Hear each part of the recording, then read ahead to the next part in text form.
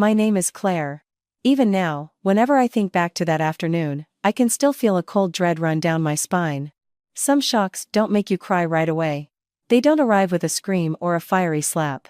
They land with a heavy, crushing silence that makes your heart feel like it's stopped, your limbs no longer your own. And in just a few short minutes, the entire marriage I had spent years preserving shattered like a glass dropped on a stone floor. That afternoon, I was unpacking a cooler of things my parents had sent from their farm when my brother-in-law, Dave, called. His voice was a little rushed, like he was in the middle of something at his shop. He said, "Claire, your parents sent over some smoked sausage, a few jars of preserves, and some pastries. I'm swamped at the garage and can't get away. If you're heading out, could you swing by and drop them off for Jessica?" I agreed immediately. Dave had always been a good man, quiet and decent, and he often helped my parents with small things, so I thought of him as a true brother. I packed the items neatly into a tote bag, got in my car, and drove over to my sister-in-law Jessica's house. I even thought to myself that it was a good thing. I hadn't seen her in a while, and it was a nice chance to bring the delivery and stay for a chat, as a good sister-in-law should. I didn't call ahead because I was certain that at this time of day, only Jessica would be home. Dave was busy at his shop, and my own husband, Mark, had said he had a project at the office and would likely be home late. But as I pulled into the driveway, something made me pause. The front door was closed but not latched. Jessica's SUV was parked in its usual spot. That part wasn't strange. What was strange was the pair of men's leather dress shoes placed askew near the doormat. I recognized them in an instant. They were Mark's. The very pair I had polished and set by our closet for years. I stood frozen for a few seconds, my hand still on the handle of the tote bag. My heart gave a painful lurch, but I forced myself to think of another explanation. Maybe Mark had stopped by to help Dave with something and had to leave in a hurry. Or perhaps Dave had asked him to check on some wiring or a leaky pipe. I tried to calm myself with these thoughts. I pushed the door open and stepped into the living room. The air conditioning was running high, and the ceiling fan spun lazily. On the coffee table sat a half-empty glass of iced tea and a black coffee. The ice had almost completely melted. Neither of their phones was anywhere in sight. The house was unusually quiet. It was the kind of silence that wasn't peaceful, but eerie. Before I could even set the bag down, the sound of a shower running full blast echoed from down the hallway. And mixed with the sound of the water, I could faintly hear a woman's laughter. It sounded like she was trying to suppress it, but it escaped anyway. I called out, "Jessica, it's me. I brought the stuff from my parents." No one answered. I thought maybe she couldn't hear me, so I took a few more steps down the hall. Just then, a low male voice came from the bathroom. "Keep it down, what if someone shows up?" My entire body went rigid. I had heard that voice for 10 years, there was no mistaking it. It was Mark. My husband. My throat tightened, and my mind went blank, but my feet felt as if they were being pulled forward by some invisible force. The bathroom door wasn't fully closed, just cracked open a tiny bit. I pressed myself against the wall, peered through the gap, and in that single moment, my entire world collapsed. Under the white spray of the shower, Mark was standing directly behind Jessica. One of his hands was wrapped tightly around her waist, his face buried in her neck. Jessica had her head thrown back, laughing. Her familiar, honeyed voice now sounded utterly revolting. She said, "What are you so afraid of? Dave never comes home this early. And as for Claire, she's so dumb she'd never suspect a thing." I don't remember how I breathed in that moment. I only know that a chilling cold shot from my fingertips all the way up my spine. If they had just been standing close, maybe I could have lied to myself, called it a misunderstanding. But her words killed every last foolish hope I had. This wasn't a momentary lapse, not an accident, and certainly not the first time. This was a calculated betrayal, carefully concealed, something they treated as routine. The one thing I did was not storm in. I didn't cry, I didn't scream, I didn't lunge forward to pull her hair and start a fight like people assume a woman would when she catches her husband cheating. I just stepped back very quietly, so quietly that my own composure frightened me. I gently closed the bathroom door all the way, and from the outside, I slid the bolt lock into place. I didn't stop there. I grabbed the heavy wooden accent chair from the hallway and wedged it firmly under the doorknob. It all happened in a matter of seconds. Inside, chaos erupted immediately. The sound of frantic pounding echoed through the house. Mark yelled, "Who locked the door? Open it right now." Then came Jessica's shrill, panicked voice, still trying to sound tough. "Who's out there? Is that you, Claire? Open this door." I leaned against the wall, my hand shaking so badly I almost dropped my phone, but my mind was ice cold and clear. I dialed my mother-in-law, Susan, first, then my father-in-law, Robert. As soon as they picked up, I said just one thing, my voice strangely calm. Mom, Dad, you need to come to Dave's house right now. I have something I need you to see with your own eyes, because if I just told you, I don't think anyone would believe me. The noise from the bathroom grew more frantic. Mark had probably realized it was me outside and changed his tone completely. He stopped shouting and began to plead. Claire, I know that's you. Please open the door. Don't make a scene. I looked at the door vibrating in front of me, and a faint, bitter smile formed on my lips. A smile I never would have imagined I was capable of. I spoke just loud enough for the two people inside to hear every word. Don't worry. I don't need to say much today. I'll let your parents come and see for themselves. There are some things that when you see them with your own eyes, you can't deny them no matter how hard you try. The relentless pounding behind me felt like a hammer striking again and again at the nearly 5 years of my marriage. The most bitter part was that if you looked at my first days in this family, no one would have ever thought I'd end up standing outside a bathroom door, listening to my own husband beg for release while he was inside with my sister-in-law. Because for a long time, I truly believed I had married a decent man and entered a family that was just a little strict, but not so bad. Looking back, I see that the rot in a family doesn't show itself all at once. It seeps in, little by little. By the time you realize it, everything is already too far off course. Mark and I had been married for almost 5 years. When we first got married, like so many other women, I was full of simple hopes. Mark, in my eyes back then, was a kind man, a hard worker who didn't drink much and knew how to be considerate to his wife. He wasn't the type to be overly glib or sweet talk, but he seemed to live by a certain standard. Whenever I came home late, he'd call to check on me. On cold days, he'd remember to stop on his way home from work to buy me a warm pretzel because he knew I liked them.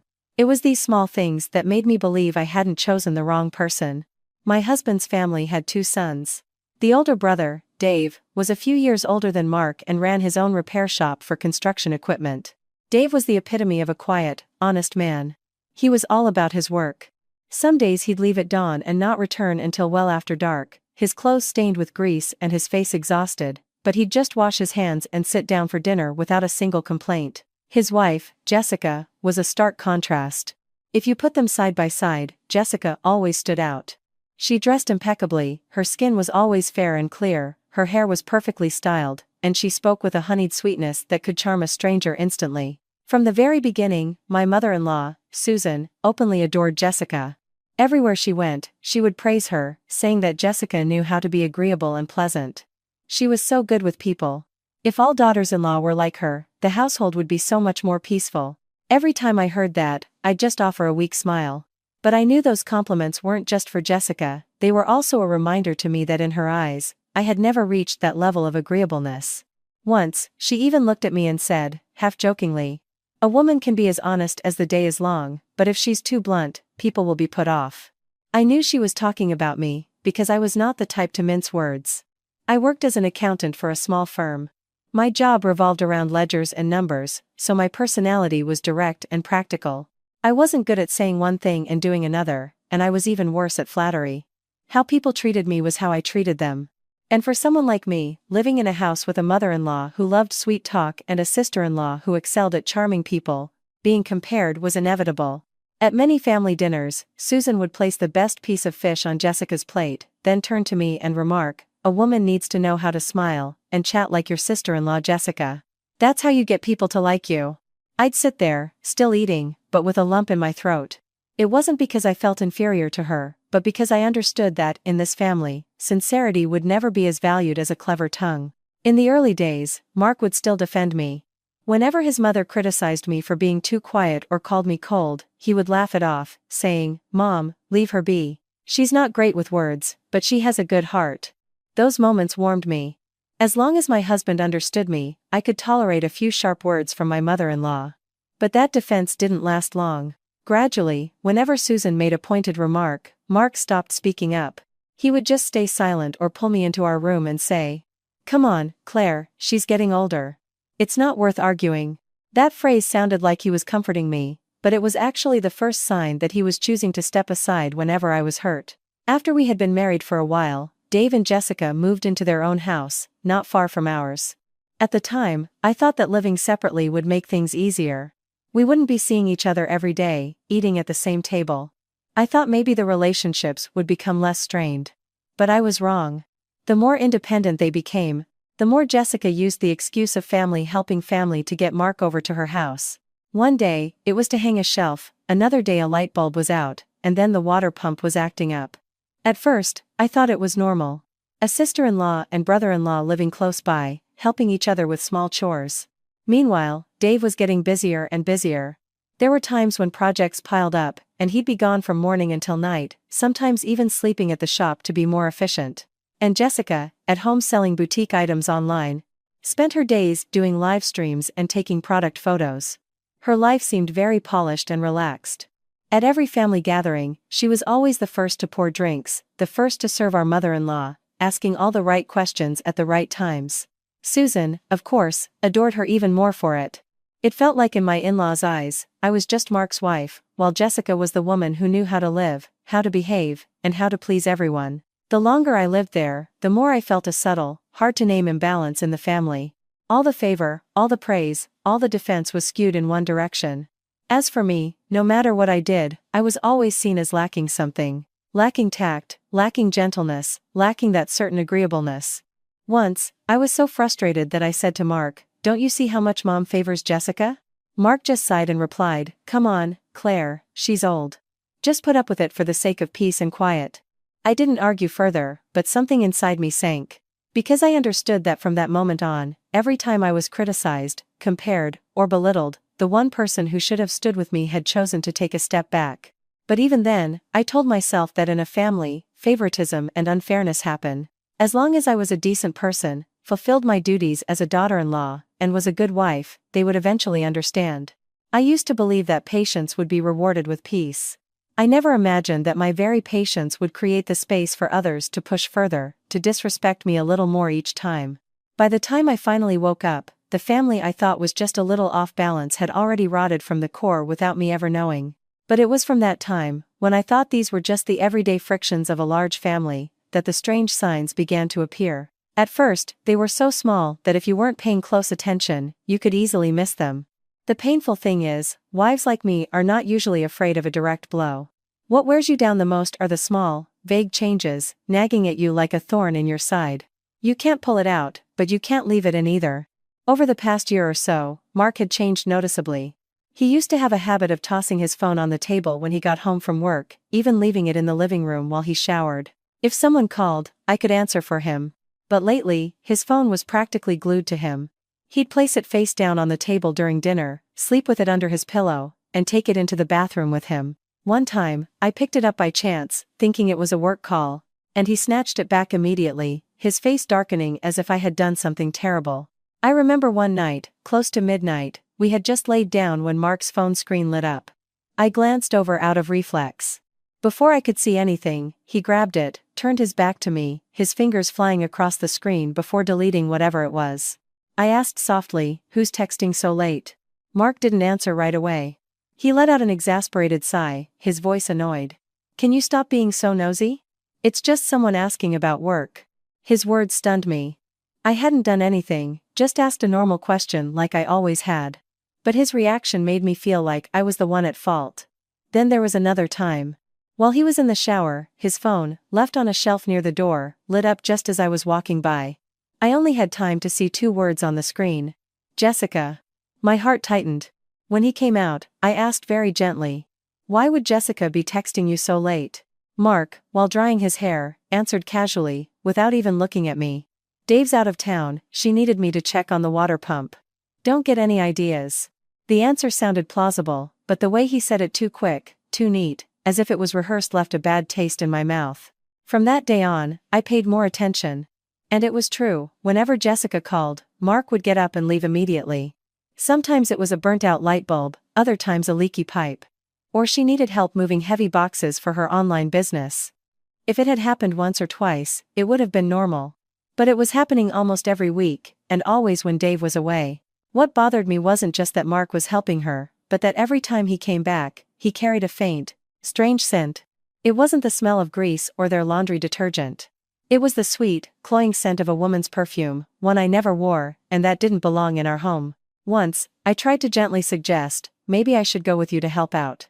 It would be easier with two people. I thought it was a reasonable offer, as her sister-in-law, another woman, I could be more helpful. To my shock, Mark spun around and snapped at me, a rare display of anger. It's my brother's house, not a den of thieves. Why do you have to be so controlling? Just stop. I stood there, stunned. Since when did a simple offer provoke such a violent reaction? And what hurt more was that after he said it, he didn't seem to think he'd gone too far.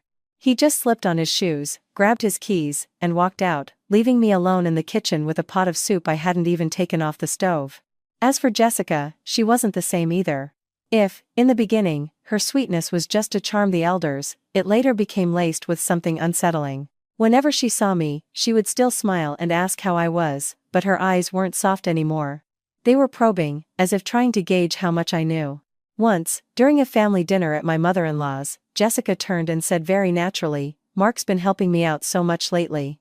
I don't know who else I'd ask. It's so much better having family around than hiring a stranger." After saying this, she gave me a small smile. On the surface, it seemed innocent, but for some reason, it felt like a needle pricking my skin. My mother-in-law, Susan, immediately chimed in. Her voice sounded supportive, but it was really a jab at me. "It's only right for family to help each other. Why are you looking so sour? You need to be more open-minded if you want your husband to appreciate you." I was holding my bowl, but I felt a lump in my throat. I hadn't said a word. Just because I was silent, because I didn't join in with a fake smile, she had already accused me of being petty. In moments like those, I felt increasingly isolated in that house. Anyone could say anything, imply anything, and if I so much as frowned, I was the one at fault. One afternoon, Jessica texted me, saying she had a slight fever and asking if I could pick up some cold medicine and vapor rub for her. At that point, I still didn't want to think the worst, so on my way home from work, I carefully bought what she asked for and brought it over. But as soon as I arrived, something felt off. The front door was closed but unlocked. The house was silent. I called her name a few times, but no one answered. I was about to leave when I heard a sudden, sharp noise from inside, like something had bumped against a table, followed by immediate silence. I stood outside for another moment and called again. It took nearly a full minute before Jessica opened the door. Her hair was a mess, her face was flushed, and she was breathing heavily. She stammered, I was changing, so I didn't hear you." I nodded, handed her the medicine, and stepped inside to sit for a moment out of politeness. But as soon as I sat down, my eyes caught a wet patch on the floor in the hallway, as if someone had just walked out of the bathroom. The bathroom door was ajar, and I could see steam still clinging to the mirror. On the towel rack hung a man's gray towel. Seeing it made my heart sink. It looked exactly like the kind Mark used. I couldn't be sure it was his, but a deep sense of unease took root in me from that moment. That evening, when Mark got home, I asked him gently, trying to keep my voice as normal as possible. "Did you go over to Jessica's this afternoon?" Mark, who was taking off his watch, looked up at me. His gaze was so cold and irritated that I felt like a nuisance. He said, "Claire, don't turn into one of those women who's always jealous over nothing." Then he went into the bedroom to change, without another word of explanation. I sat alone in the living room, feeling my world tilt. If I was right, why did I feel like I was the one in the wrong? Why was the person causing my anxiety able to turn it around and make me feel ashamed for my own suspicions? From that point on, I couldn't rest easy. I started looking at everything with new eyes. Every call from Jessica, every time Mark left the house, every nonsensical defense from my mother-in-law made me think. But even as I thought about it, I clung to the last shred of logic, telling myself that maybe I was being too sensitive. I was afraid that if I spoke up without proof, I would be the one labeled as malicious, a homewrecker, a jealous wife. And perhaps because I was so afraid of that, I let the unease grow silently inside me for a long time, never quite finding the courage to name the thing I feared most. After those simmering suspicions began, I could no longer look at Mark the same way. And strangely, it seemed that when a wife starts to suspect, a guilty husband becomes very sensitive. Mark lost his previous air of calm and changed completely. He started leaving earlier and coming home later, and full family dinners became a rarity. Some days, I would cook all his favorite dishes, the soup still steaming, the roast fresh out of the oven, but he would sit down, eat a few bites, and then put down his fork. He would mumble something about having to go out for work. When I asked what work, he would snap, "Do you always have to know everything?" His tone with me grew increasingly harsh. I would say one thing, he'd reply with half a sentence. I'd ask a question, and he'd scowl as if being interrogated. But what stung the most was that as soon as his phone rang and he saw Jessica's name, his voice would change instantly. It would soften, lower, and sometimes even carry a patience that I hadn't heard him use with me in a very long time. Once, right in front of me, he answered a call and walked out to the balcony. His voice was low, but I could tell it was different. "Yeah, I'll head over. Just stay calm." Just those few words felt like someone was clawing at my chest. There were evenings I'd wait from 7 until almost 9. The dinner would grow cold. He wouldn't answer his phone. My texts would show as read, then nothing.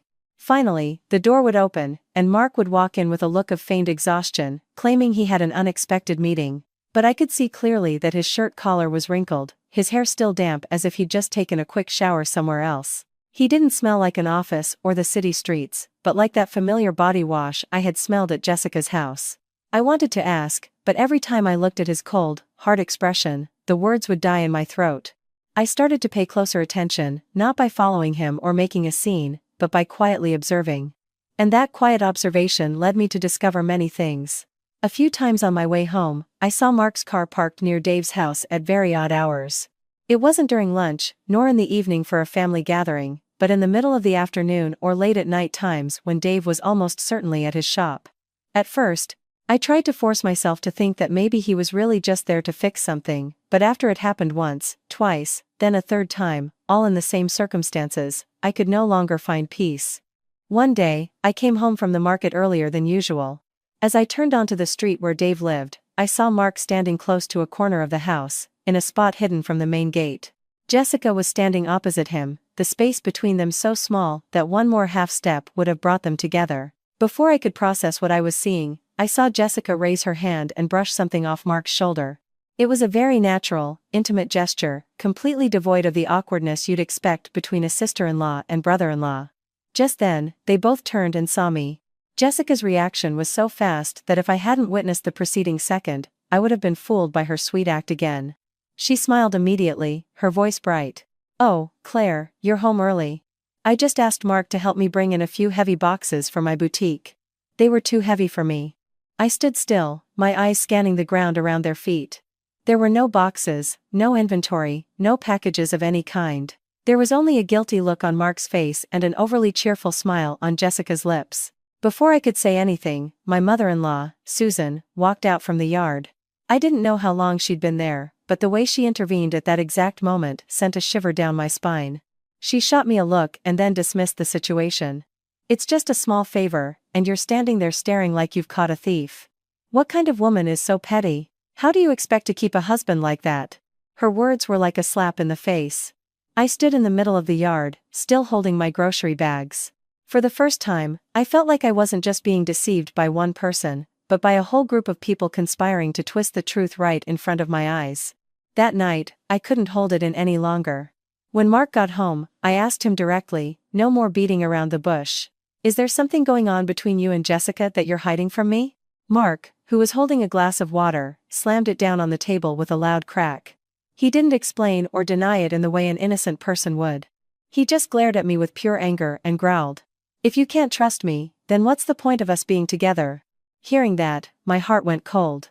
A truly innocent person would react differently. They might be angry or hurt, but they would want to clear things up. But not Mark. He flared up like someone who had just been hit where it hurts the most. From that day on, Jessica became even more brazen. She no longer avoided me. On the contrary, she started texting me with messages that were half concern, half threat. One day, a message from her popped up on my phone. "Don't overthink things. If a man feels like his wife is constantly watching him, he'll get tired of it." Reading that, my hands went cold. On the surface, it sounded like advice, but every word was like adding fuel to the fire. It made me feel like Jessica wasn't afraid of me finding out anymore. She was looking down on me, testing to see how much more I could take. What was even more terrifying was how well Jessica knew Mark's schedule. There were things that even I, his wife, didn't know, but she knew in advance. I'd casually say, "I guess he'll be home late tonight." And Jessica would smile and say, "I don't think so. Mark is getting off early today." Another time, I mentioned Mark was out with friends, and she immediately corrected me, "Probably not. He's busy with something else today." Those comments seemed random, but the more I heard them, the more a chill went down my spine. There was no way a sister-in-law should know her brother-in-law's daily routine that intimately. Unless they were in contact, far more often than I could have imagined. So I decided to change my approach. I went silent for a few days, pretending not to notice anything. No more questions, no more looks, no more probing. As expected, Mark visibly relaxed. He became less irritable and even pretended to ask if I had eaten when he came home. Jessica also went back to her usual sweet, fake self. One afternoon, she even called me over for dessert, saying she'd just made a delicious batch of rice pudding. It was their unnatural calm that finally made me see things clearly. They weren't at ease because they were innocent. They were just overconfident. Confident that I would tolerate it, that I wouldn't dare to confront them, that even if I had suspicions, I would remain the submissive wife they thought I was. And from that moment, I stopped asking questions. I didn't argue, I didn't cry, I didn't complain. I silently memorized every schedule, every time Mark left the house, every vague text from Jessica, every evasive glance, followed by a pretense of innocence. I knew I was getting closer to a dirty truth. I just didn't have concrete proof yet. But a wife's intuition when her husband has changed was screaming at me every day that I was being betrayed. And what was more painful was that I was being betrayed right within the family I had tried so hard to protect. But it wasn't until an incident a week before I caught them that I could no longer lie to myself. It had been raining since the afternoon, a persistent, drizzly rain that turned the streets gray and weighed down the spirit. I left work a little early, stopped by the market for some fish and vegetables, and went home to cook dinner. I was thinking that things had been so tense between us lately. Maybe tonight I could be a little gentler, cook some of Mark's favorite dishes. Perhaps it would ease the suffocating atmosphere in our home. I spent nearly 2 hours in the kitchen. The stew was still simmering, the pan-seared fish was crackling. The clock showed it was past 7, but Mark wasn't home. I called him, but he didn't pick up. After waiting a bit longer, I texted him, asking where he was. It was a long time before he replied with 2 blunt words. I'm busy. No explanation, no instructions, not even a simple question about whether I had eaten. That cold, dismissive text made me suddenly feel that my own kitchen was too big, too cold. I waited for another half hour, my stomach churning. For some reason, I felt unusually anxious that day. The feeling didn't come crashing down, it seeped in slowly, like water through a tiny crack. Finally, I dialed Jessica's number. To be honest, I wasn't sure of anything at that point. I just thought, maybe Mark went over there again, as he so often did. I just asked to set my mind at ease. She answered the phone almost instantly, her voice deliberately groggy and sleepy, so smooth it was unsettling. No, Claire, I'm here by myself. I wasn't feeling well, so I've just been resting. What's up? It was her quick, neat, overly polished response that made the hairs on the back of my neck stand up. A person who is genuinely tired and resting rarely speaks with such rehearsed clarity. I hung up, my mind in turmoil. Just then, my own mother called, asking me to buy her some cold medicine because she was feeling achy. I threw on a raincoat, grabbed my wallet, and walked to the pharmacy at the end of the street. The drizzle was steady, the road was slick, and passing cars splashed dirty water onto my pants. After buying the medicine, on the way back, for some reason I took a detour down the street where Dave and Jessica lived. Maybe it was a coincidence, or maybe my own heart led me there. And as I turned onto the part of the street with the low fence behind their house, my heart dropped. Mark's car was parked in a hidden corner next to the fence, a spot that was very difficult to see from the front gate. The engine was off, and the roof was still beaded with rain. It had clearly been parked there for more than a few minutes. I stood frozen under the awning of the house across the street, my hand gripping the pharmacy bag so tightly, it hurt. If Jessica was really home alone as she had just claimed, what was my husband's car doing there? And if Mark was really there, why did they both lie? Just those 2 questions sent my head spinning. I thought about marching right in. For a second, my foot even moved forward. But then I stopped. I was afraid. Afraid of another scene where all I had was a vague suspicion, of being once again painted as a pathologically jealous wife. I stood still under the awning as the rain spattered against my jacket, my ears straining toward the house. And in the quiet punctuated by the patter of rain on the metal roof, I heard it clearly. From inside, the sound of soft, intermittent laughter, which then abruptly stopped, as if someone had realized there was a noise. In that moment, I no longer felt the cold on my skin. I only felt an icy chill, spreading from my chest up to my throat. I walked home with feet that felt like they were made of lead. That night, Mark came home close to 10. The moment he opened the door, I could smell a different body wash on him, not the one we used at home. His hair was still damp, and his collared shirt was different, as if he had changed before coming home. But his face was completely nonchalant, as if nothing had happened. He sat down at the table, glanced at the cold dinner, and said, "I met a client," and then grabbed a bite with a friend. "Don't bother reheating anything for me." I looked straight at him. For the first time in our years together, I no longer saw the man I had once trusted. I only saw a man who had become so accustomed to lying that he no longer showed any sign of discomfort. I asked very quietly, so quietly it surprised even me. "Where were you just now?" Mark turned his face away, took off his watch, and set it on the table with a clatter. His voice was cold. "I can't live like this, Claire. You're always hovering, like a cop." He didn't answer my question. He didn't deny it. He just did the one thing he always did, he made me the one at fault. I sat there silently, my hands on the edge of the table, and suddenly I felt both amused and pained.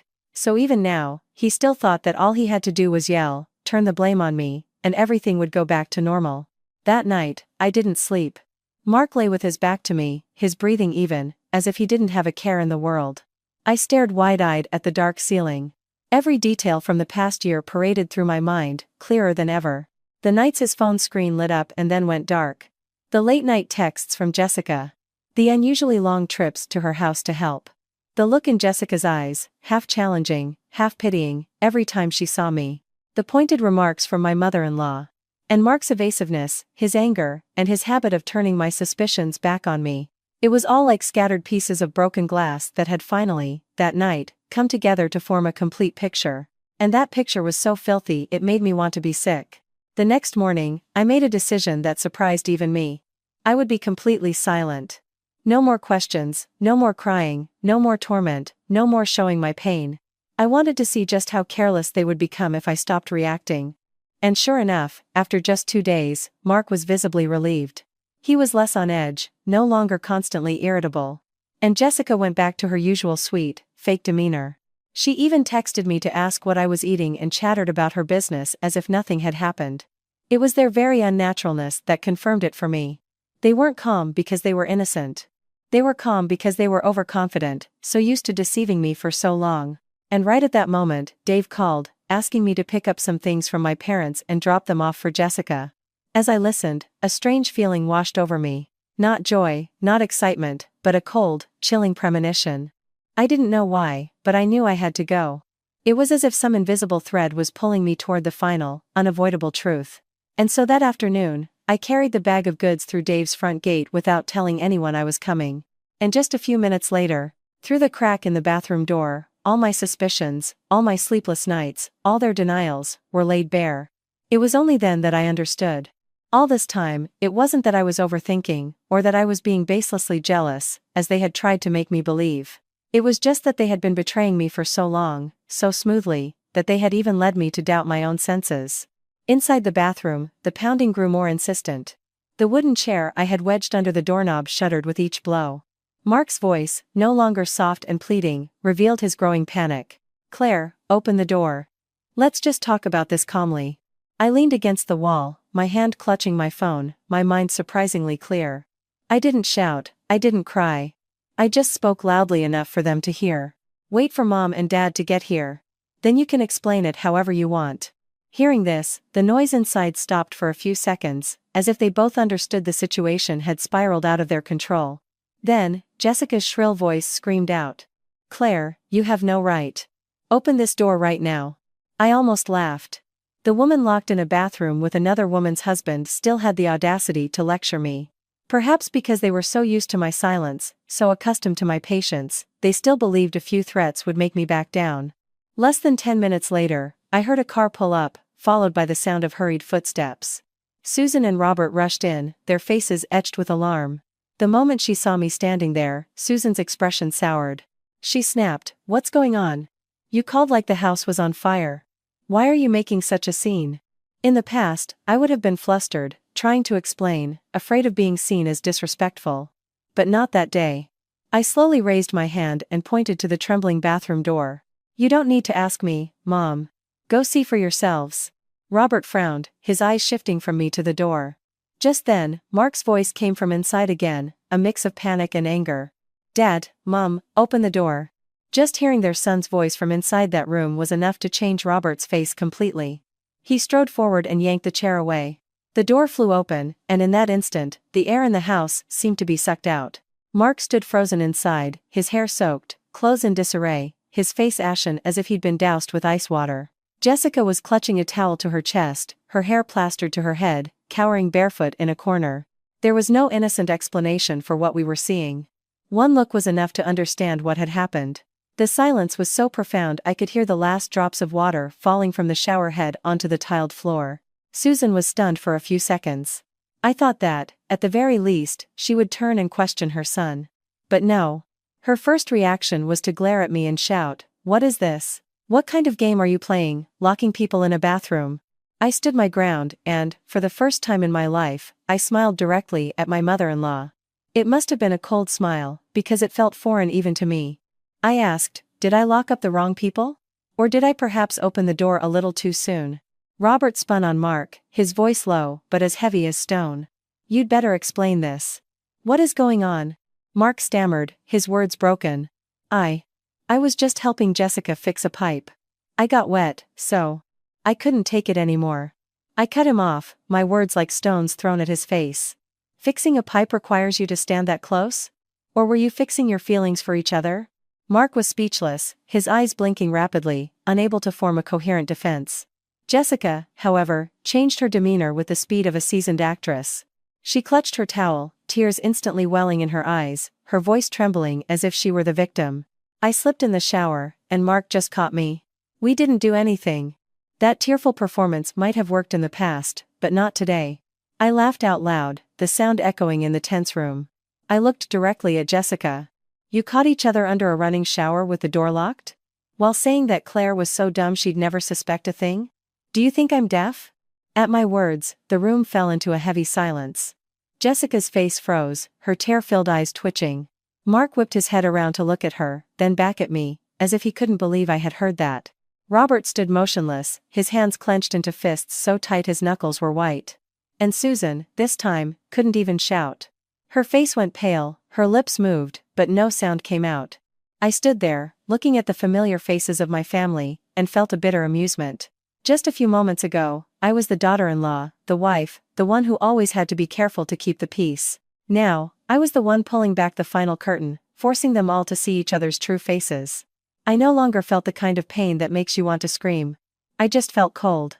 A cold that sobers you up completely, so much that you no longer want to lie to yourself for another second. Mark stammered my name, his voice so quiet it was almost a plea. "Claire, just listen to me." But I didn't look at him. I had no desire to listen. Because even at this point, caught red-handed, his first thought was still to find an escape route, not to feel shame for what he had done.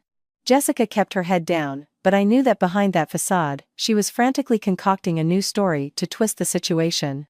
But once the truth is laid bare, no amount of twisting can make it clean again. But the most shocking thing wasn't the two traitors standing there. What truly chilled me to the bone was the reaction of the very people who should have been able to see right from wrong in their own home.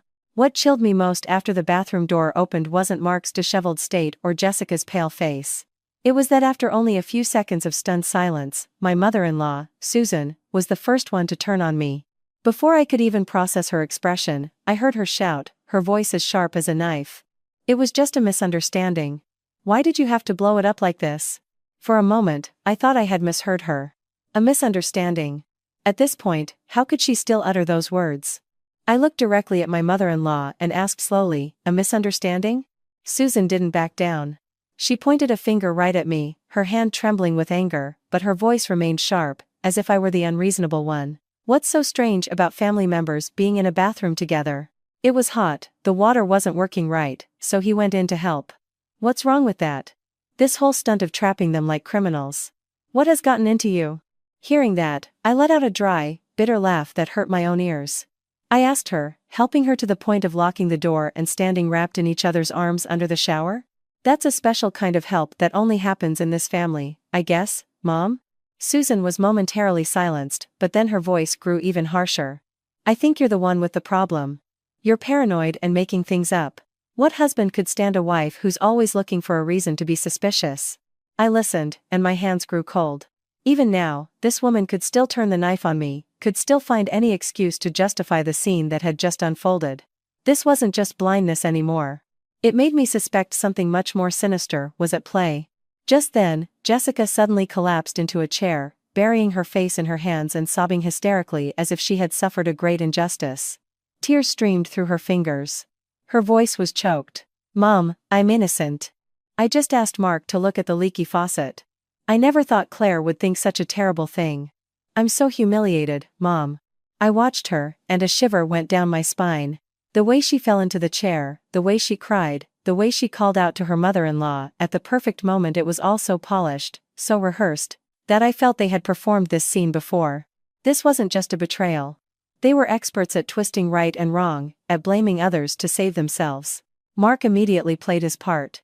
The moment he saw Jessica break down, he spun toward me, his face red with fury, his voice booming as if he were the one who had been wronged. "You've gone too far. You're tearing this entire family apart. Just because of your crazy imagination, you've made a scene for the whole world to laugh at Mom and Dad." I looked at him, at that furious expression, and a coldness settled deep within me. Before, my pain came from suspicion. Now, all I felt was disgust. Because this man hadn't just cheated on me, he could instantly side with his mistress, joining her to crush me just to protect their dirty secret. I didn't argue back. I didn't scream like they expected me to. I just looked at the two of them, a perfectly synchronized duo, and said slowly, "You two are quite the actors." If I hadn't seen it all from the beginning, I might have actually believed I was the one at fault. My words made Jessica flinch, but she quickly buried her face again, her sobs growing louder as if to drown out the truth. All this time, Robert had been silent. He stood by the door, his face dark, his jaw clenched so tightly that a muscle twitched in his temple. Suddenly, he slammed his hand down on a nearby table. The sharp crack made everyone jump. He roared, "Everybody shut up." The room fell silent. He looked directly at Mark, then at Jessica, his voice low, but heavy with authority. "I'm asking you one last time. Did you or didn't you?" Just 5 words, but they froze the air. I waited. I thought that at least when confronted directly by his father, Mark would finally admit it. But before he could answer, Susan jumped in, her voice shrill. "Don't make a big deal out of this. It's just a woman's jealousy. Why would you believe her? They were just standing close in a bathroom, and she's turned it into some capital crime." I turned to look at my mother-in-law. By then, I was no longer shocked. I just felt a coldness spreading through me. There was no way a mother, a woman who had lived her whole life in a family, couldn't distinguish between what was unreasonable and what was blatant deception. There was no way she could see that with her own eyes and still deny it so vehemently. Unless she already knew everything. A horrifying thought slowly took shape in my mind. I looked straight at Susan, unblinking, and asked a single question. "Or did you know about this all along?" As soon as the question was out, the room fell dead silent. Jessica stopped crying. Mark froze. Robert whipped his head around to look at his wife. And Susan, for the first time since she had walked in, her expression changed completely. Her lips trembled, her gaze flickered for a brief second. Just 1 second. But for me, that was enough. I didn't need her to answer. Because her silence said everything I needed to know. I stood in that room, looking at the people who were supposed to be my family, and I felt a terrifying loneliness. When the person who should have been the arbiter of right and wrong chose to turn their back, when the cheater and his mistress put on a show together, when all the blame was pointed at the one who was betrayed, I understood one thing very clearly. From this moment on, I had no one to lean on. And this was a battle I would have to fight myself. I stood in the middle of that room, looking from one person to the next, and I suddenly realized that if I continued to argue with words, to explain with tears, I would be the one cornered. For so long, they had been accustomed to brushing everything aside with a few denials, a few fake tears, and a few accusations that I was the jealous, petty one. But not today. Today, I was no longer the Claire who would swallow her pain and stay silent. I took a deep breath, slowly opened my purse, and took out my phone. My hand was no longer shaking like it had been outside the bathroom door. I looked directly at each of them, especially at Susan, who was trying to maintain a cold expression, though her eyes were beginning to betray her unease. I spoke clearly. I was planning on being quiet, but if all of you want to argue, to take sides, to pin all the blame on me, then you're all going to listen very carefully. The room went quiet. Mark stared at the phone in my hand, his face immediately changing. Jessica was still sitting, but her eyes now held a look of wariness. I didn't say another word. I just pressed play on a recording. The silent room was suddenly filled with Jessica's voice, clear as day. "Just come over. Dave won't be home for hours." It was followed by Mark's soft chuckle, the same chuckle I once thought he reserved for our happy moments together. It turned out he used that same voice with his sister-in-law. The recording ended, and the room was deathly still. Mark's face was ashen. He took a step forward, his voice strained and sharp. "You recorded me?" I took a half step back, clutching my phone, my voice like ice. "No, I didn't need to spy on you. I just recorded what you left out in the open." Then, I opened my photo gallery to the screenshots. A long list of text messages appeared. They weren't long, but each one was damning, irrefutable. "I'll wait for you tonight. She's getting suspicious. Be careful. Come over after 8. I'll leave the gate unlocked." I didn't need to show them all. Just those few lines were enough to strip away every lie about a misunderstanding. I held the phone out to Robert. "You wanted proof, Dad? Here it is." Robert took the phone, his face darkening with every swipe of his finger. I could see his hand tightening around the device, the veins standing out on his skin. Susan could no longer shout. She pursed her lips, her eyes darting from the screen to me, her expression one of clear confusion. Her earlier bravado had vanished. But I knew she wasn't flustered because she felt for me. She was flustered because there was no way to deny this anymore. Mark tried to lunge for the phone again, but Robert roared. "Stay put." The command stopped him in his tracks. I looked at him and saw, for the first time, true panic on the face of a man who had always thought he could get away with anything by blaming his wife. As for Jessica, she suddenly lifted her head. Strangely, she wasn't crying anymore. Her tear-streaked face hardened. She slowly stood up, clutched the towel to her chest, and let out a short, cold laugh. It wasn't loud, but it was chilling enough to give me goosebumps. She looked at me, her voice no longer a whimper of innocence, but a flat, even tone. "Fine. If that's how it's going to be, then I'll just say it. Mark and I have feelings for each other." The moment she said it, Susan let out a strangled gasp, and Robert slammed the phone down on the table with a loud thud. But Jessica didn't stop. She looked at me as if I were someone who had lost the battle long ago. Then she continued, each word delivered slowly. "But it's not my fault." I looked straight into her eyes. I was no longer shocked. I just wanted to hear how she would try to spin this now. I asked simply. "Then whose fault is it?" Jessica gave a faint, contemptuous smile, the kind she had always hidden behind her sweet facade. She said, "It's yours. If you're so suffocating that you drive your own husband away, you have no one to blame but yourself." The moment those words were spoken, the atmosphere in the room exploded. Not because anyone shouted, but because the last of the masks had been torn away. This was her true face. No victimhood, no kindness, no agreeableness. Just a brazen, shameless woman ready to trample on others and then blame the victim. Susan's jaw dropped, as if she couldn't believe Jessica would dare to say such a thing in front of the whole family. Mark also turned to look at his mistress with a stunned expression. Perhaps even he hadn't expected her to drop the act so completely. As for me, strangely, I didn't feel angry. I had already endured the worst of the pain. At this point, all I felt was contempt. I looked at Jessica, my voice calmer than ever. "You're wrong. I didn't lose a husband." I paused, letting my words hang in the suffocating air. "I just threw away something that had no value." Mark flinched and looked at me. Jessica bit her lip, a flicker of anger in her eyes because she hadn't managed to provoke the reaction she wanted. And Robert sat there, stunned, as if he had just witnessed the complete moral decay of his own family, something he had been oblivious to for so long. I stood there, my back straight, my phone still in my hand, and I felt a strange lightness.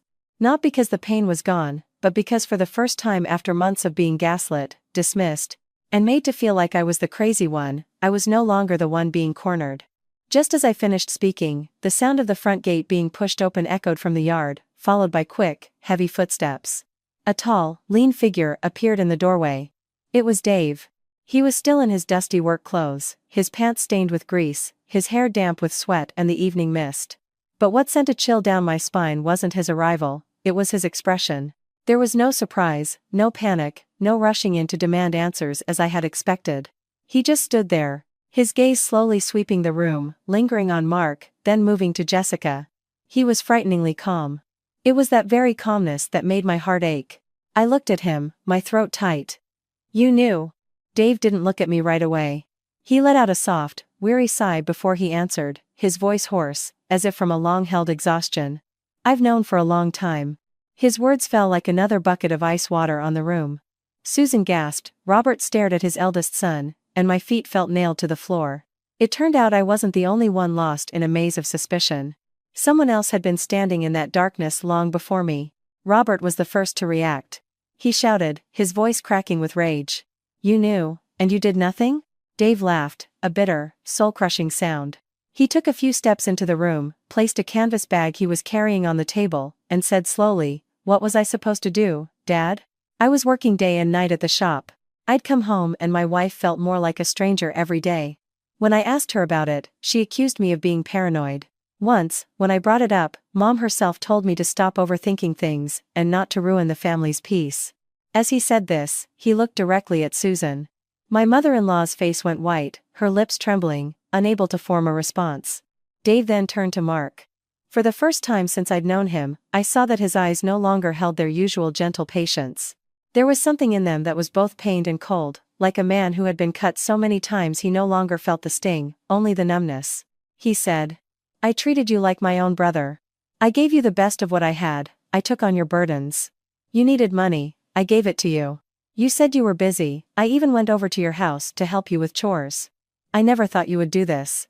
Mark stood frozen, his face shifting from pale to gray. He opened his mouth as if to argue, but only broken, meaningless sounds came out. Jessica, who had been so defiant just moments before, began to shrink back. But Dave gave no one a chance to cover their tracks. He opened his canvas bag, pulled out a thick stack of papers, and threw them onto the table. They scattered across the surface. He spoke, his words ground out through clenched teeth. And there's this. For the last 6 months, money has been slowly drained from my account. Sometimes $200, sometimes $300, one time it was $500. I thought I was mistaken, that it was bank fees, that one of my guys at the shop made a transfer error. But the more I looked, the more it didn't add up. Who was taking it? I don't think I need to say anymore. My whole body stiffened. I had thought the worst pain was the affair. I never imagined there was another, darker, filthier hole beneath it. Jessica blurted out, her voice cracking. You're mistaken. But this time, Dave was no longer the man who quietly swallowed everything. He snarled, cutting her off. Mistaken? Or do I understand it all too well? He pulled out another bank statement and held it up for everyone to see. The money was withdrawn on the exact days I was away on work trips. Some of it was transferred to an unfamiliar digital wallet, and some was used to pay at the very store Mark always goes to. I stayed quiet. I wanted to see how long I could keep lying to myself. But today, I've had enough. Mark, now like a man pushed to the edge of a cliff, took a half step forward, his hand raised as if to stop his brother, and blurted out a sentence he couldn't take back. Just calm down, I'll pay you back. The words hung in the air, and the house fell silent. I looked at him, then at Jessica, one pale, one stunned. That one sentence stripped away every possible escape. There was no more misunderstanding, no more helping a friend, no more slipping in the shower. They hadn't just slept together behind our backs, they had conspired to steal his money, siphoning away the earnings of that good man's sweat and hard work. Robert slammed his fist on the table, his roar like thunder. What did you just say? But no one needed to ask again. The truth had exploded. Susan collapsed into a chair, her hands gripping the table, her face drained of all color. I stood in that room, listening to every new revelation, and I felt a coldness that reached my bones. It turned out that what they had betrayed wasn't just my marriage, nor was it just brotherly love. They had betrayed the trust of everyone in this house. They used one person's patience to feed their greed, and another's kindness as a cover for their dirty deeds. For the first time since I had entered that house, I saw everything so clearly. The affair was just the surface. Beneath it lay deceit, calculation, exploitation, and theft. And when it all blew up at once, I knew this was no longer just a story about a man and a woman. It had become a story of complete, filthy betrayal, so broken that nothing could ever piece it back together. The room was so heavy it felt like one more loud noise would cause it to shatter. No one spoke for several seconds, but that silence was more terrifying than the shouting from before. I stood amidst the scattered papers, amidst the pale and panicked faces, and suddenly everything before me felt alien. This was still Dave's house, these were still the people I had called my husband, my sister-in-law, my in-laws for years, but in a single afternoon, every veneer of decency had been stripped away. Mark was the first to speak, his voice no longer defiant or defensive. He turned to me, his tone lowered, hoarse, as if trying to wring out one last drop of sincerity. Claire, give me one more chance. I was wrong. In the past, just hearing that gentle tone might have softened my heart. But not that day. I looked at my husband for a long time, so long that he couldn't meet my gaze. Then I asked. Each word deliberate and cold. Are you sorry because you got caught, or are you sorry for what you did? My question silenced him. He opened his mouth, then closed it, his eyes darting away, his lips trembling without a sound. That brief pause was all the answer I needed. Someone who was truly sorry wouldn't be speechless. He wasn't in pain because he had betrayed me. He was just panicked because he had been exposed, because his escape routes were blocked, because all his secret schemes had come crashing down on him in one unexpected afternoon. Seeing her son at a loss for words, Susan quickly changed her tune. Just moments ago, she was shouting and denying everything. Now, she turned to me, her voice soft, as if she were coaxing a stubborn child. Well, what's done is done. A woman should know how to hold a family together. Just let it go. Who doesn't make mistakes? Hearing that, I laughed. It wasn't a loud laugh, but I could hear the exhaustion and bitterness in it. I asked her, hold a family together like this, Mom? Or hold it together so they can conveniently continue what they were doing? Susan was speechless, her face flushing. She probably never expected me to be so direct. But I had no more interest in arguing with her. I turned to Robert, who had been sitting silently, looking as if he had aged 10 years in one afternoon. I said slowly, Dad, I didn't call you and Mom here today to fight. I just wanted you to see the truth. Because if it was just my word, I would probably spend the rest of my life being known as the jealous, petty wife who caused trouble in your family. With that, I opened my purse and took out a thin stack of papers, already folded. I smoothed them out on the table, right on top of the messy pile of bank statements, photos, and text messages, all the filth that had just been exposed. My voice was so calm, it surprised even me. I don't need to argue anymore. I choose to end this. Mark looked down at the paper, and his face drained of all color. He snatched it up, his eyes flying over the first few lines, then he recoiled as if he'd been scalded. Divorce papers. I nodded. Yes. I've already signed them. The tension in the room ratcheted up another notch. Mark threw the papers on the table, his voice high-pitched with panic. Are you crazy? We can fix this. You don't have to take it this far. I looked at him, and for the first time, I saw real fear in the eyes of a man who had always thought he was in control. I said clearly, for me, betrayal is a period, not a comma. There are no second chances, and there is no way I am staying here to let you people continue to humiliate me. Then I turned to Jessica.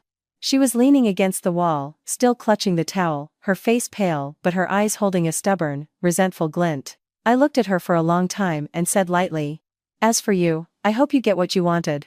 I paused, letting her think she had won. Then I continued, my voice even. But remember one thing. Someone who can betray others will betray you, too.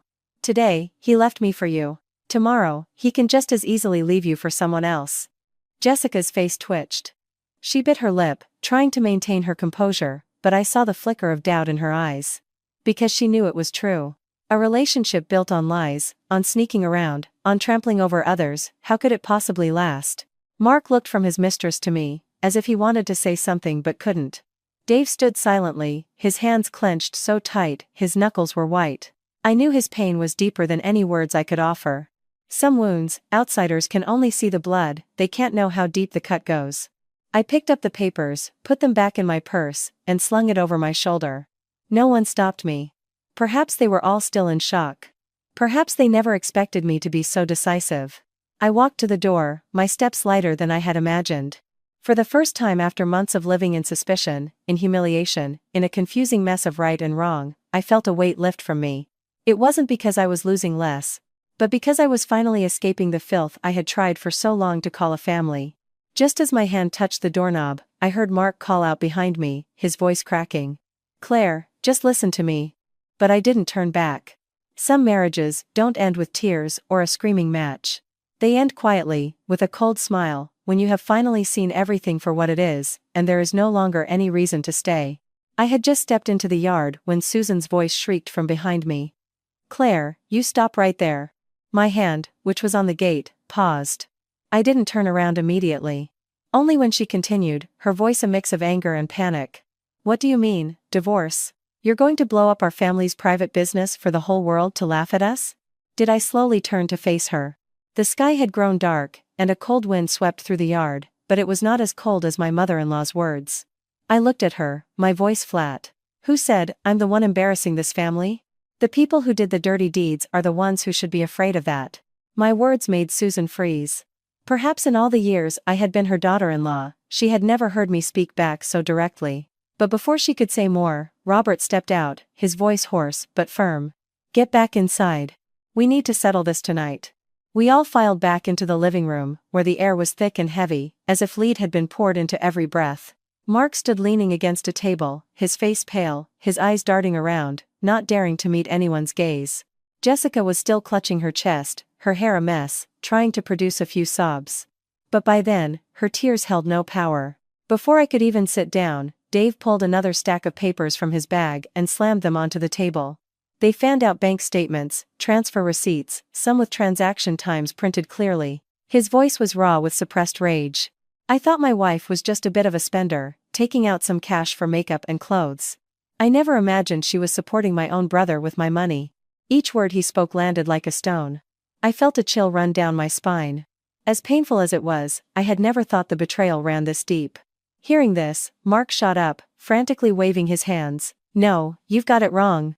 I was just borrowing it temporarily. I was going to pay it all back as soon as I could. I looked up at him and couldn't help but laugh out loud. The sound was jarring in the suffocating room. I asked. So, the affair was a mistake, and taking money from your own brother to support your mistress was also just a mistake? My question was like throwing gasoline on a fire.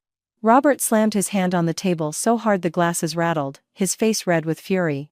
Susan bit her lip, her eyes darting between her two sons, unsure where to look.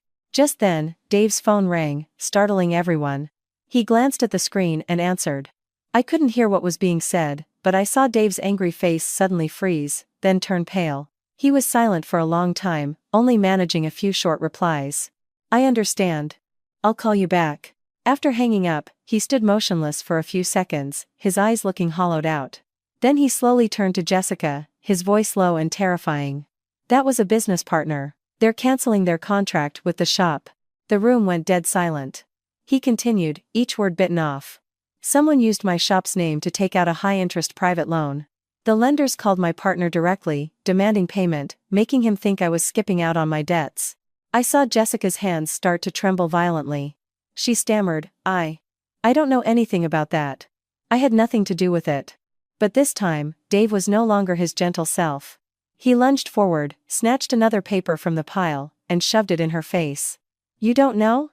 But the loan agreement has your signature. You don't know? But the phone number for the guarantor is Mark's.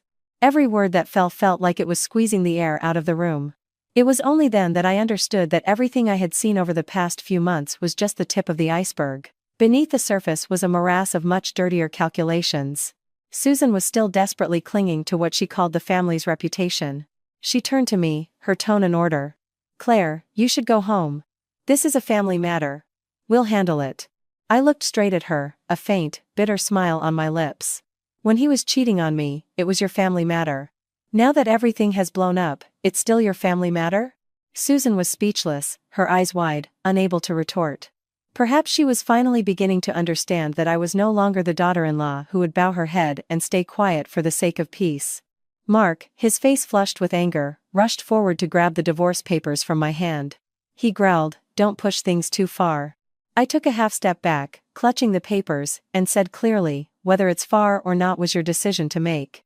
I'm just the one dragging all of your filth into the light." He froze, his eyes blazing, but this time he didn't dare touch me.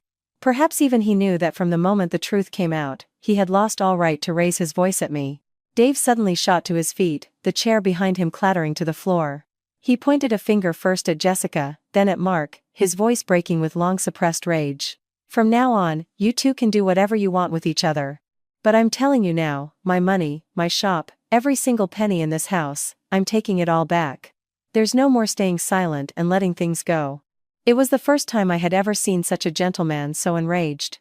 It wasn't loud or destructive, but the kind of anger that has been compressed for so long that when it finally erupts, it is cold and terrifying. And at that exact moment, Jessica muttered something, as if in a panic she had let it slip, but it was enough to silence everyone. She looked at Dave, her lips trembling, and gave a bitter smile. "How are you going to take it back?" This house might not even be yours anymore. The moment she said it, the room fell silent. I stared at Jessica, my heart pounding. An affair, theft, fraudulent loans. And still, there was more. From that one sentence, I knew that behind all this, there was another secret, darker, deeper, and perhaps more horrifying than anything that had just been exposed. As Jessica's words hung in the air, the room felt like it had been plunged into a vacuum. I saw Dave flinch, then spin to face his wife, his eyes red with fury. His voice was a hoarse rasp, each word a heavy stone. "What did you just say?" Jessica knew she had misspoken. I saw her jolt, her lips move, and she quickly looked down, tears welling up again as if to use that vulnerability to cover her mistake. But it was too late. The words spoken in a moment of panic are often the truest. Robert could no longer sit still. He snatched the pile of documents from the table, his hands rifling through them while his eyes remained fixed on Jessica. "Speak clearly," he roared, his voice making even Susan jump. Mark tried to step in, to intervene, but Dave was faster. He grabbed his brother by the collar and shoved him back into a chair. The push wasn't violent, but it carried the weight of years of trust that had been trampled on. I had never seen Dave like this. He had always been so gentle and reserved. Now, his face was that of a different man, a mask of both pain and hatred. Jessica's voice trembled as she tried to deny it, but under Robert's glare and Dave's murderous expression, she finally confessed, her words tumbling out in a stammer. More than 6 months ago, she had tricked Dave into signing a series of documents, claiming they were to complete a loan application to expand the shop. There were papers for loan guarantees, for joint asset declarations for the bank. Dave, who trusted his wife and was consumed by his work, never read the fine print. He signed wherever she pointed. Mixed in with the legitimate paperwork were a power of attorney and a consent form to transfer the property used as collateral, documents he knew nothing about. My blood ran cold. Jessica hadn't just cheated on her husband emotionally. She had been systematically trying to steal the very ground they stood on. The house they lived in, the single largest asset Dave had worked for years to secure, had been her target. What was more horrifying was that she hadn't acted alone. She admitted that Mark knew everything. He had even been the one to wait with her at the notary's office, because Dave was always at work and unfamiliar with legal paperwork. So they had to act quickly. Hearing this, Dave slammed his fist down on the table. The sound of flesh hitting wood was a dry, sickening thud. The corner of the table splintered, and his knuckles were scraped and bloody. He didn't cry, but the tremor of rage in his voice was more painful to hear than any sob. He looked at Mark, his eyes boring into his younger brother's face. "I treated you like a brother. I gave you the keys to my house, the keys to my shop. I shared everything I had. And you took my wife to a notary to swindle me." Mark stared at the floor, his lips pressed into a thin line, not daring to look up. His silence wasn't an admission of guilt, it was the silence of a man who had run out of lies. It was only then that Susan truly panicked. She stammered, her eyes darting from her older son to her younger one, then to Jessica. "Oh my God, how? How could something so serious happen without anyone telling me?" I turned to look at her, the anger in me replaced by a cold, weary exhaustion. I said bluntly, each word a slap. "Because you were so busy covering up the small wrongs, you gave them the space to commit the big ones behind your back." For the first time since I had married into this family, Susan was silent in the face of my words. She opened her mouth, then closed it, her gaze shifting away as if she couldn't face me. But the terrifying thing about people who are cut from the same cloth is that when they're cornered, they will turn on each other to save themselves. Jessica suddenly spun on Mark, her voice shrill. "Why are you looking at me? You were the one who told me to get control of the assets. You said Dave was too soft, that he'd never get ahead. You said we needed something tangible in our hands to plan for the future." Mark, as if doused in gasoline, leaped up and shouted back. "Shut up. You're the greedy one. You were the one who said if we're going to be sinners, we might as well sin big. I never forced you to sign anything." And so they began to tear each other apart, right there in the living room. Gone was the agreeable sister-in-law, the apologetic husband. All that was left was a man and a woman, their masks ripped off, both cowardly and afraid, each trying to push the blame onto the other.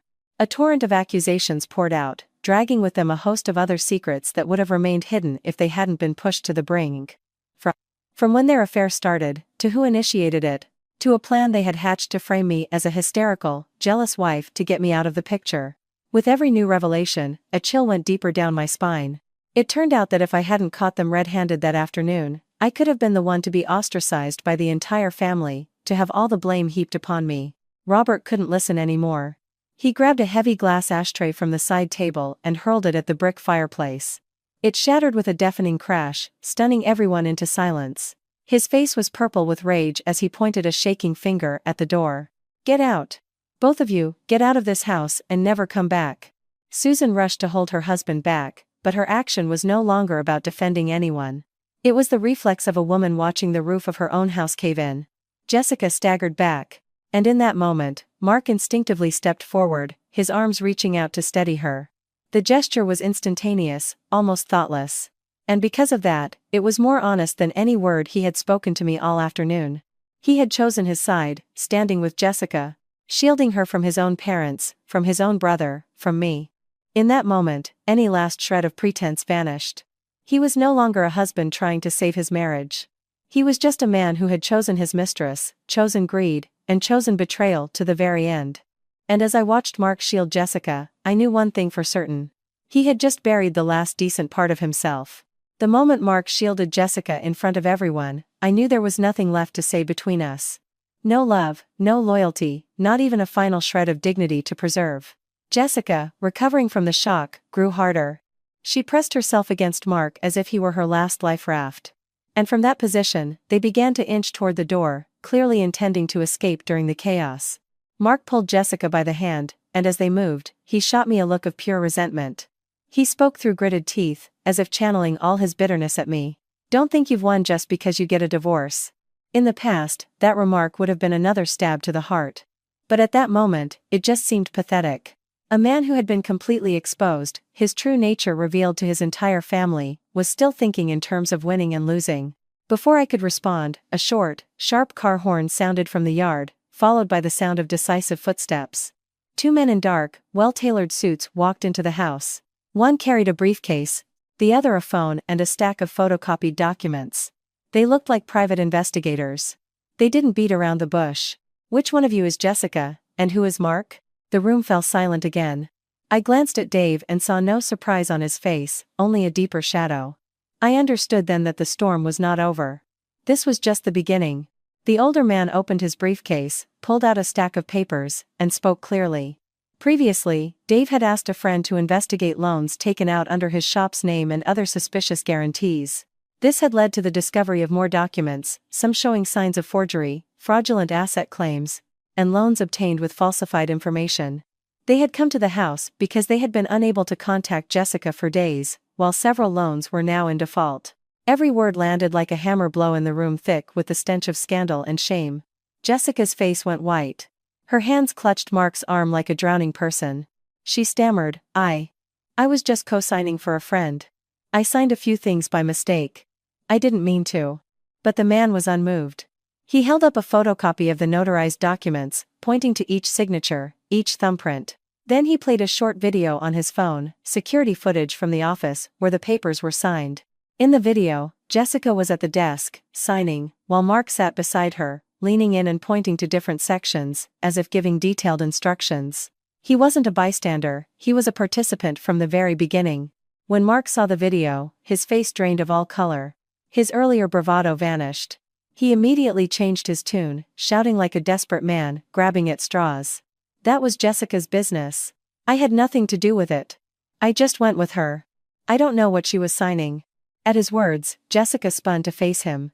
The look in her eyes was no longer that of a lover, but of a cornered animal. She shrieked, her voice tearing. "You dare to wash your hands of this? You were all too eager when you were holding me, when you were taking the money, when you were planning how to get rid of Claire. Now that there's trouble, you know nothing?"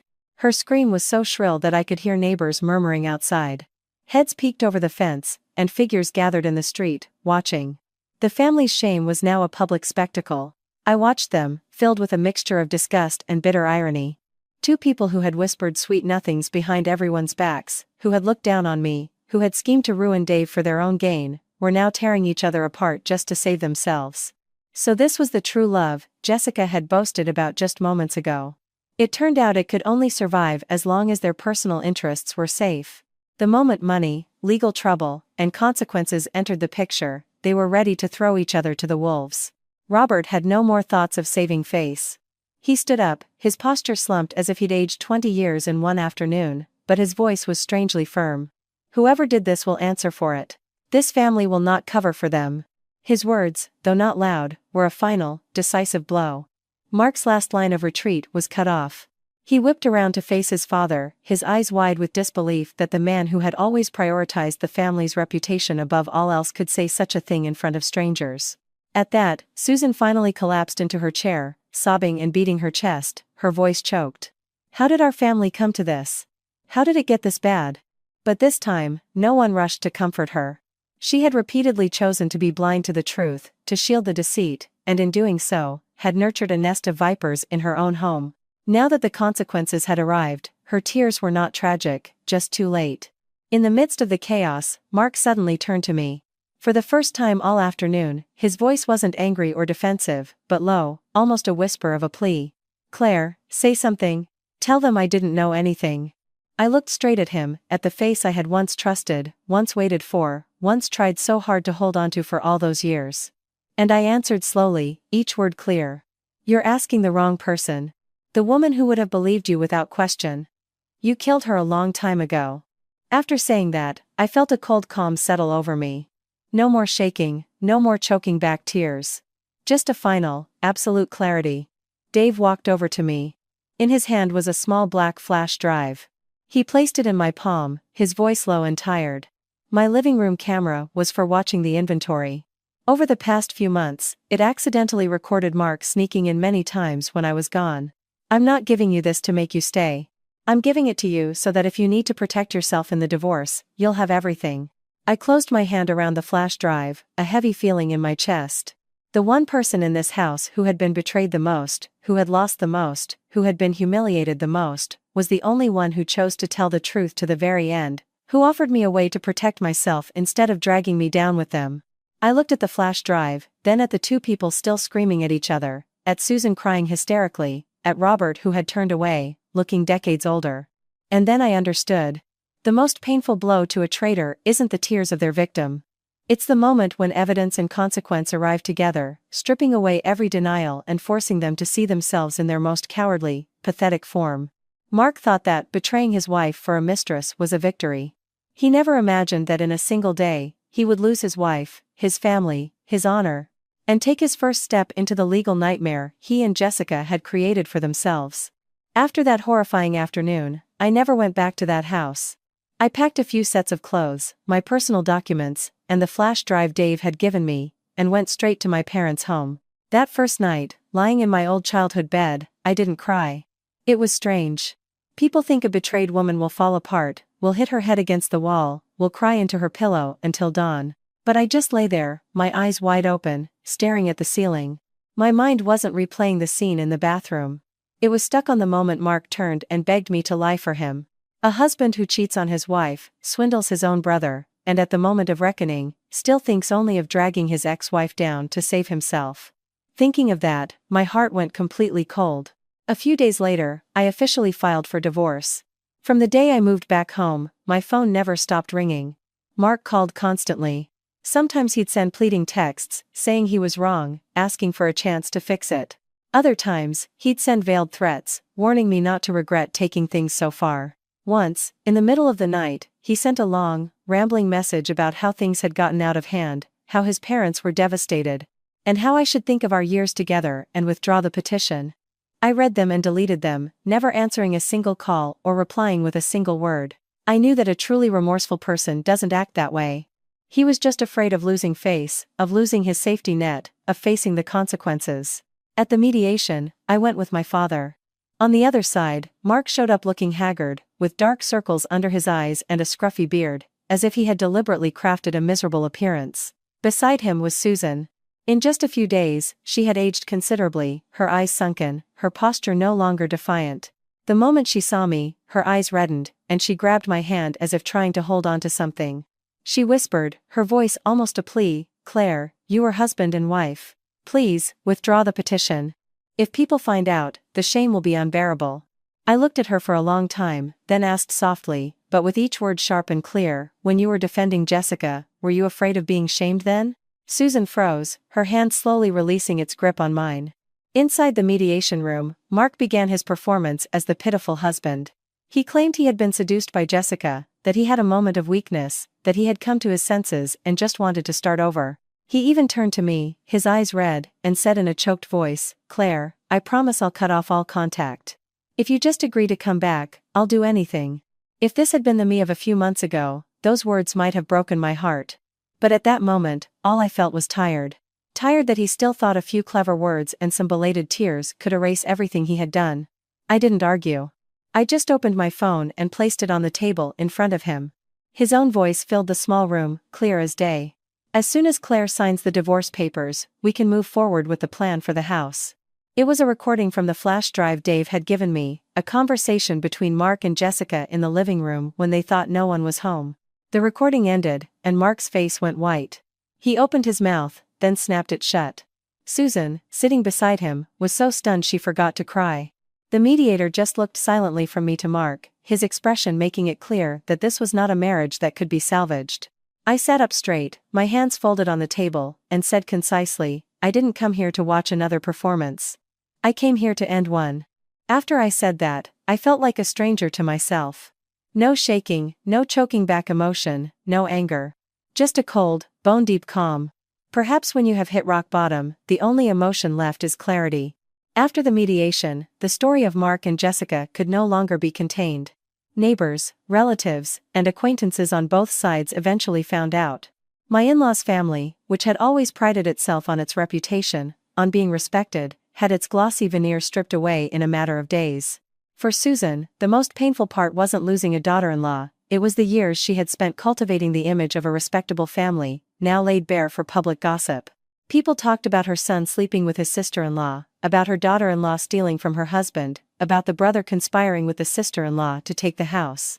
It was a shame no one could carry for her. Jessica was sued by Dave, who demanded an audit of every document, transaction, and loan. The private lenders didn't let up either. She constantly sought out Mark at the end of the street, at a coffee shop, even ambushing him outside his office. The two who had once clung to each other were now at each other's throats every time they met. Once, I saw Jessica slap Mark in the middle of the street, her hair flying, her face devoid of any of its former agreeableness.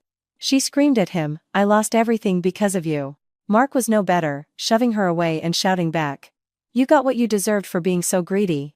Don't you dare drag me down with you."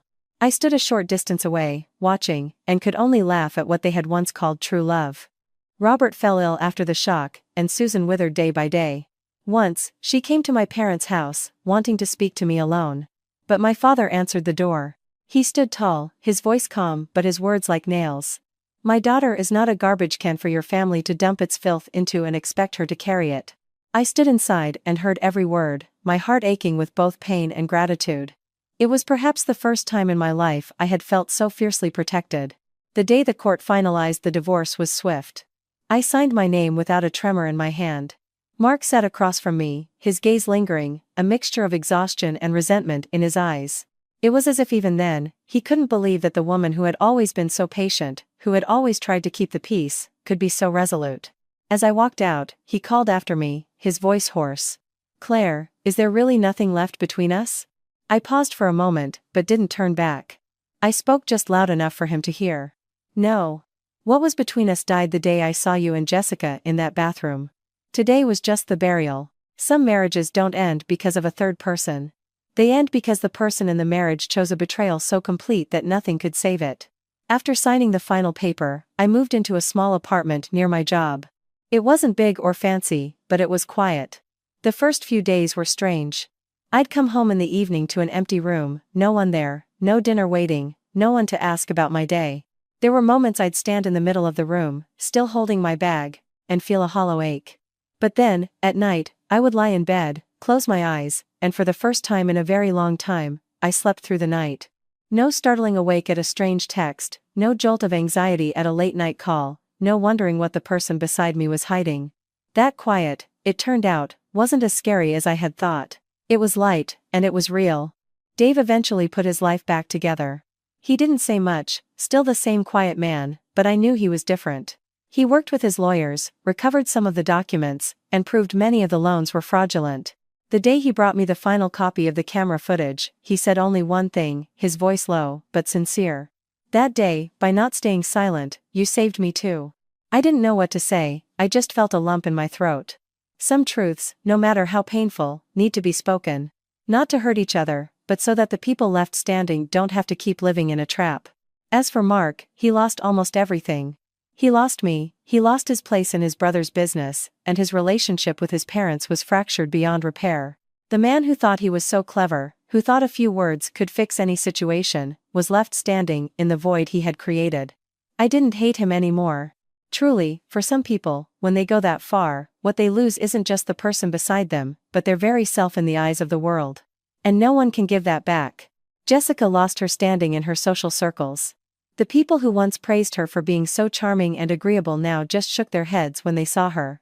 Once the truth is out, no amount of sweet talk can cover it up. Agreeableness without boundaries is just a clever way to get what you want. But life doesn't always give you a second chance when you've gone too far. Susan once sent me a very long text. I read the whole thing.